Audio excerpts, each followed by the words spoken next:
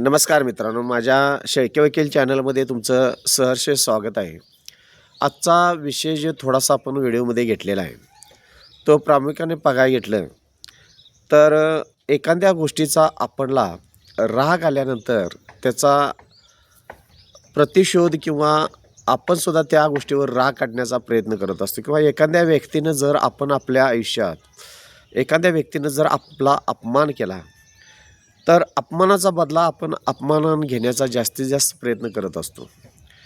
तर व्हिडिओचा महत्त्वाचा मुद्दा कुठला असेल तर मित्रांनो, आपण त्या व्यक्तीचा ज्या व्यक्तीनं आपला अपमान केला आहे त्या व्यक्तीचा अपमानच करायला पाहिजे का, किंवा त्या व्यक्तीनं आपला अपमान का केला याचा शोध घेतला पाहिजे का, किंवा काही गोष्टी सोडून दिल्यात पाहिजेच का, ह्या गोष्टीसाठी थोडंसं आज आपण बोलणार आहोत ह्या व्हिडिओमध्ये. फार महत्त्वाची गोष्ट कोणती आहे मित्रांनो, तर आपण आपलं जीवन जगत असताना आपलं हे जीवन जे आहे ते नेमकं दुसऱ्याच्या ताब्यात देऊन आपण आपलं जीवन जगायचं, म्हणजेच आपला रिमोट दुसऱ्याच्या हातात देऊन आपण जीवन जगायचं, की स्वतःचा रिमोट स्वतःकडे ठेवून आपण जीवन जगायचं. ह्या गोष्टीतला थोडासा जरी आपल्याला फरक कळाला तर आपण आपलं जीवन सुंदर जगू शकतो. पण जोपर्यंत तुम्हाला हे कळत नाही की आपला रिमोट हा कोणाच्या तरी हातात आहे आणि कोणतरी रिमोटवरनं कंट्रोल करते आणि आपण त्यांना पाहिजे तसा आपला उपयोग करून घेतो, असं जर आपण आपलं जीवन जगत असेल तर खरोखर आपल्याला आपल्या जीवनामध्ये दुसऱ्याच्या तालावर नाचायची पाळी येत असते आणि ह्याचा गैरफायदा दुसरा घेत असतो. आणि ज्यावेळी आपल्याकडून वेळ संपूर्ण निघून गेलेली असते, हातातनं संपूर्ण वेळ निसटून गेलेली असते आणि ज्यावेळी वेळ असूनसुद्धा आपण काय करू शकत नसतो, त्यावेळी फक्त एकच गोष्ट आपल्याकडे राहते, तो म्हणजे पश्चाताप. आणि हा जर आपल्या जीवनात घ्यायचा नसेल, पश्चाताप होऊ द्यायचा नसेल, तर काही जीवनामध्ये गोष्टींचा आपण फार बारकाईने अभ्यास करणं गरजेचं आहे. कारण मित्रांनो, आपण जर चालत राहिलो तर चांगल्या पद्धतीनं आयुष्यामध्ये चालू शकतं. काय होते, काही नाती असतात बघा, काही मित्र, काही संबंधित, ह्या व्यक्तींना आपण एवढं कवटाळून बसलेलो असतो की कदाचित अशा व्यक्ती जर आपण आपल्या जीवनातून सोडून दिल्या असत्या तर कदाचित आपलं जीवनही सुंदर झालं असतं. साधं उदाहरण एक आपण घेऊया. एखाद्या धगीजवळ आपण बसलो आहे किंवा चुलीजवळ आपण बसलो आहे आणि त्यावेळी त्या चुलीमध्ये किंवा धगीमध्ये लाकडं जळत आहेत आणि आपण काय करतो, लाकूड एखादं उचलून बाजूला टाकण्याचा प्रयत्न करतो, पण ते जळत्याला लाकूड आपण हातात ज्यावेळी घेतो आणि त्याचं चटकं ज्यावेळी आपल्या हाताला बसतात त्यावेळी ते लाकूड आपण पडदिशान बाजूला टाकून देतो. त्यावेळी आपण हे करत नाही की चटकं जरी बसलं तर चालेल, पण हातात लाकूड धरून तसंच ठेवायचं. पण त्यावेळी पडदिशान आपण निर्णय घेतो की ते लाकूड जळणार, आपण पडदिशान बाजूला फेकून टाकतो.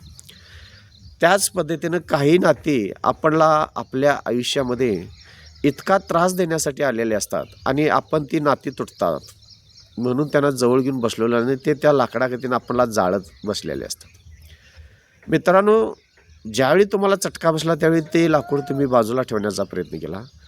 त्याच पद्धतीनं काही नात्याकडून ज्या नात्याचा काही उपयोग नाही ते जर नाते आपल्याला चटकं देत असतील तर ही नाती बाजूला पडदिशान टाकलेली बरं, तरच तुम्ही तुमच्या आयुष्यामध्ये काही निर्णय चांगले घेऊ शकता. काय होतंय, आपण अनेक वेळा प्रत्येकाला हा अनुभव आलेला असतो. एखाद्या गल्लीतनं जात असताना किंवा अनोळख्या गल्लीतनं जात असताना एखादं अनोळखं कुत्रं आपल्यावर भुकत असतं, इतकं भुकत असतं की कदाचित वाटतं की आपल्याला चावणार.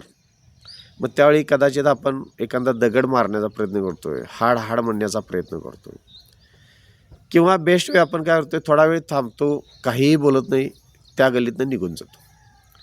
तर ही रिॲक्शन अशी काय येते, तर आपल्याला माहिती आहे की तो कुत्रा आहे, त्याच्या किती नागा लागायचं. एक तर नादा लागलं तर तो चावणार तरी आहे किंवा चावणार तरी नाही आहे, त्यामुळं आपण त्याचं फार मनावर घेत नाही. जरासं आपण पुढे गेलो की ती घटना आपण विसरून गेलेलो असतो. तसं जीवनामध्ये अनेक लोक तुमच्यावर भुंकत असतात. ही कोणत्या प्रकारे भुंकत असतात, तर तुमची झालेली प्रगती ह्या लोकांना बघवत नाही, तुम्ही चांगल्या गोष्टी केलेल्या ह्या लोकांना बघवत नाही. तुम्ही आहे त्या ठिकाणाहून थोडंसं प्रगतीत आहेत ह्या लोकांना हे बघवत नाही. तुमची चांगली कुठलीही गोष्ट झाली तर ह्या लोकांना बघवत नाही. पण तुमची एखादी वाईट गोष्ट जर झाली, ही लोकं पुढं तुमचं जास्तीत जास्त कसं लोकांच्या पत्र पोचल हे करण्यासाठी अशी लोकं असतात. त्यामुळं अशा लोकांच्याकडं आपण किती लक्ष द्यायचं हे आपण ठरवायचं आहे. कारण ही भुंकणारी कुत्रे असतात. त्यामुळं अशा कुत्र्याकडे जास्तीत जास्त आपण लक्ष दिलं तर आपण आपल्या आयुष्यामध्ये जे काही नियोजन करणार असतो किंवा आपल्या आयुष्यामध्ये जे काय उद्याचं प्लॅनिंग करणार असते सॉरी, त्या प्लॅनिंगचा पूर्णपणे आपण आपलं जे काही विचार किंवा त्या दृष्टिकोनातून आपण विचार करणार असतो ते विचार आपल्याला बाजूला जातात आणि जे काय आपण ध्येय ठरवलं असतं त्या ध्येयापासून आपण वंचित राहण्याचा प्रयत्न होत असतो.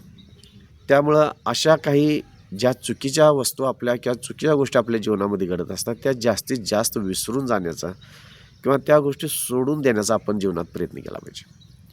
सरासरी आपल्याला एखाद्यानं अपमान केला तर आपण त्याचा अपमान करण्याचा प्रयत्न करतो. आपल्याला पण तसाच राग येतो.